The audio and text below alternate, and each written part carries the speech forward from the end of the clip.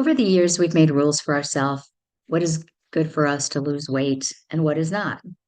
And we relied on the weight loss gurus and exercise kings uh, to tell us what to do. But have you noticed they can change a lot over the years? Like, remember when eggs were bad? Well, now eggs are good, and meat is bad. And for some people, it's good.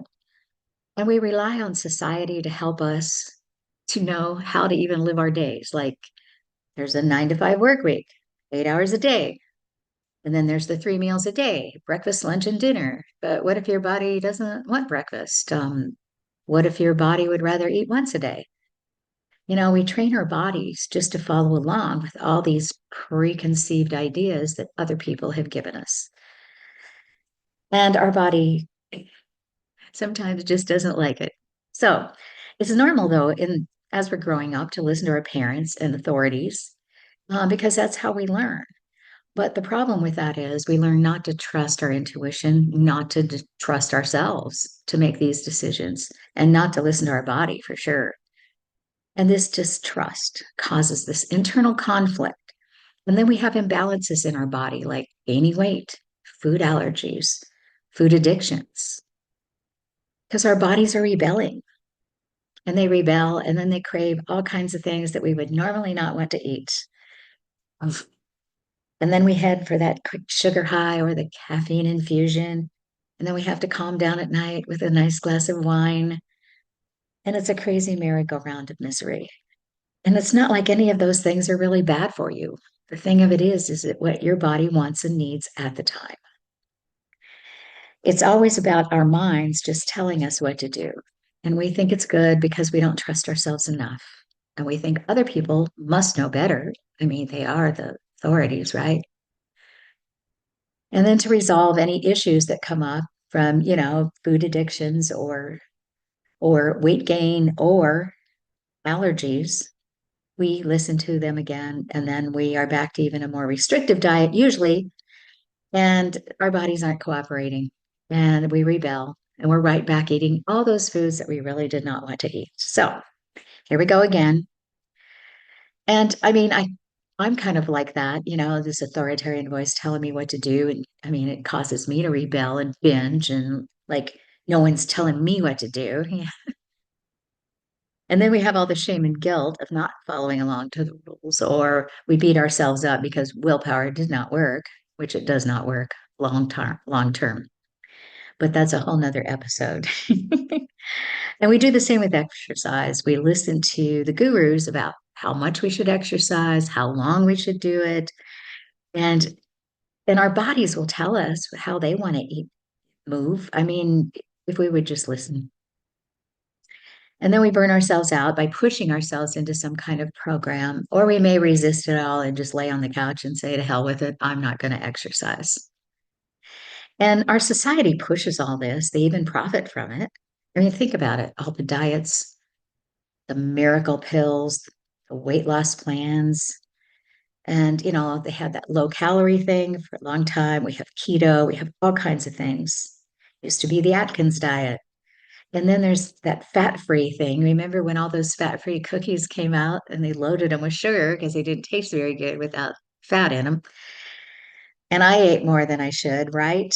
So I end up eating more, gaining more weight from the fat free foods because their sugar content was amazing. And that's what they wanted, more sales, right? Yeah. So, and think about health club memberships. You have the right intentions at the beginning of the year and you sign up and you think, oh, yeah, I'm going to do this for 6 months, a year, whatever. And what if you decide that it's not for you or you get hurt and you can't really go on? But the main thing is, we all have this idea of what we should look like because society has told us we should be tall, thin, whatever, gorgeous, right? And so we're constantly dissatisfied with ourselves. And so that's why we rely on them. But it's time for a change. Okay. And the way to a healthy, beautiful body is to learn to love and trust yourself for once. Okay. And the first step, you need to become aware of all the rules that you have about what you should eat, like no carbs or no bread or whatever your rules have been. Also, how you should exercise, run 8 miles a day or whatever crazy things you think you need to do. And you write these rules down. And this is extremely important because then you really become aware of what you're doing and how you've chosen to do these things. And then you could decide, do you still want to do that? And you'll become aware of the perfectionist in you, how you feel like you have to follow their rules and do them to the letter. You'll also become aware of your inner critic. And once you become aware of these things, you're no longer controlled by them. And you can decide what you want to do using your intuition because your body and your intuition are the best guides about what is good for you to make you healthy. And once you start paying attention to this, your body will begin letting you know more and more what it wants to eat and how it wants to move. And you'll find just by following your own energy, you will develop your own personal diet and exercise program that works for you. And now this can change from time to time. Sometime you need more protein. Other times you may be more of a vegetarian. Sometimes you really want to vigorously exercise. Other times you may want to do more stretching or yoga type things. Your body knows what it needs and wants. Some people find that they need more structure, in their in what they're doing, and that's great too because your intuition will lead you to the right program or the right nutritionist, personal trainer, doctor, or whatever you need. And you need to just do whatever feels right to you. But it all starts with loving yourself enough to get in touch with your intuition and listen. Now, this may take some time, but you're healing your relationship with your body. You're trying to make lasting change. So it's important to just relax and have fun with it. Every day's a start over. You do not have to be perfect. And, there's so much with our bodies. There's such deep issues, our sexuality, our families, our self esteem. There's so many deep issues that I think getting together with like minded people is really helpful. And I've started an online group, and I feel like getting support is really important for all of this. So start listening to your intuition and don't have to be perfect. Just move forward to a great relationship with your body in this new year.